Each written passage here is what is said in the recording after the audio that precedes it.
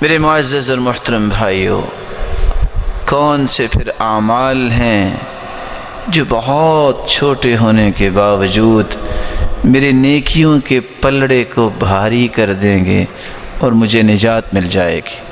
اس سے پہلے یہ سمجھیے کہ وقت آنے والا ہے، اللہ کی طرف سے ایک ترازو لگایا جائے گا، اتنا بڑا ترازو، اتنا بڑا ترازو، لو وضعت السماوات والارض ومن فيهن في كفة لوسعتهن، ساتوں آسمان اور ساتوں زمینیں اگر ایک پلڑے میں قیامت کے دن رکھ دیے جائیں گی تو ایک پلڑا بھی بھرے گا نہیں، اتنا بڑا ترازو۔ لیکن کون سے اعمال ہیں کہ پلڑا بھرے گا؟ سب سے پہلا عمل التوحید، کلمۃ التوحید، لا الہ الا اللہ، جس توحید کے لیے اللہ عز و جلال نے انبیاء کو بھیجا، جس توحید کے بغیر انسان کی نہ دنیا میں نجات نہ آخرت میں نجات، جس توحید کو عام کرنے کے لیے انبیاء کو مبعوث کیا۔ قیامت کا دن ہوگا، لمبی حدیث ہے، ایک آدمی کی کوئی نیکی نہیں نکلے گی، سوچے گا مارا گیا، اللہ کی طرف سے اس سے کہا جائے گا پریشان نہیں ہونا، ایک نیکی ہمارے پاس تیری ہے۔ اللہ وہ کون سی نیکی ہے؟ فرشتہ اس وقت لے کے آئے گا، کیا لے کے آئے گا؟ ایک بطاقہ، ایک چھوٹا سا کارڈ لے کے آئے گا، اس پہ لکھا کیا ہوگا؟ لا الہ الا اللہ۔ اس بندے نے لا الہ الا اللہ کہا، اس کے تقاضوں کو پورا کیا۔ وہ پھر سوچے گا اتنے گناہوں کے انبار اور لا الہ الا اللہ توحید کا کلمہ، اس کا موازنہ کیسے کریں گے؟ فتوضع البطاقہ فی کفہ وتوضع السجلات فی کفہ، سارے برائیوں کے رجسٹر ایک پلڑے میں، جب اس کارڈ کو دوسرے پلڑے میں رکھا جائے گا تو ساری برائیوں کے وہ رجسٹر اٹھ جائیں گے۔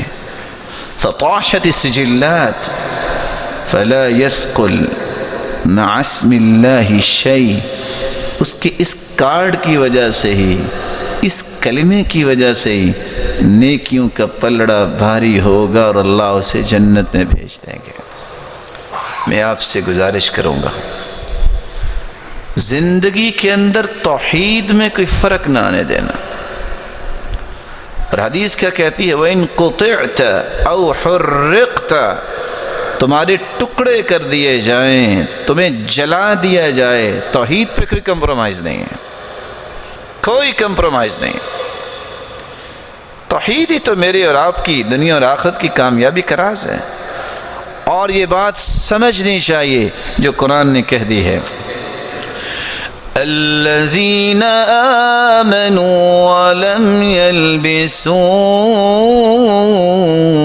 ایمانهم بظلم اولئک لهم الامن وهم مہتدون، جو ایمان لانے کے بعد شرک کی آمیزش نہیں کرتے، اپنی توحید کو خالص کرتے ہیں۔ اللہ نے دو انعام رکھے ہیں، فکری امن، قولی امن، معاشرتی امن۔ امن کی نعمت اللہ دیتا ہی اس کو ہے جس کی توحید خالص ہوتی ہے۔ وَهُمْ مُهْتَدُونَ، اور صراط مستقیم پہ گامزن ہونے والے ہدایت یافتہ لوگ ہیں ہی وہ جن کی توحید میں کوئی خلل نہیں ہے۔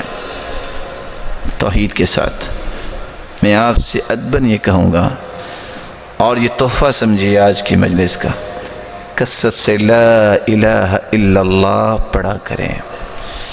حدیث کہتی ہے افضل الذکر لا الہ الا اللہ، سب سے افضل ذکر لا الہ الا اللہ ہے۔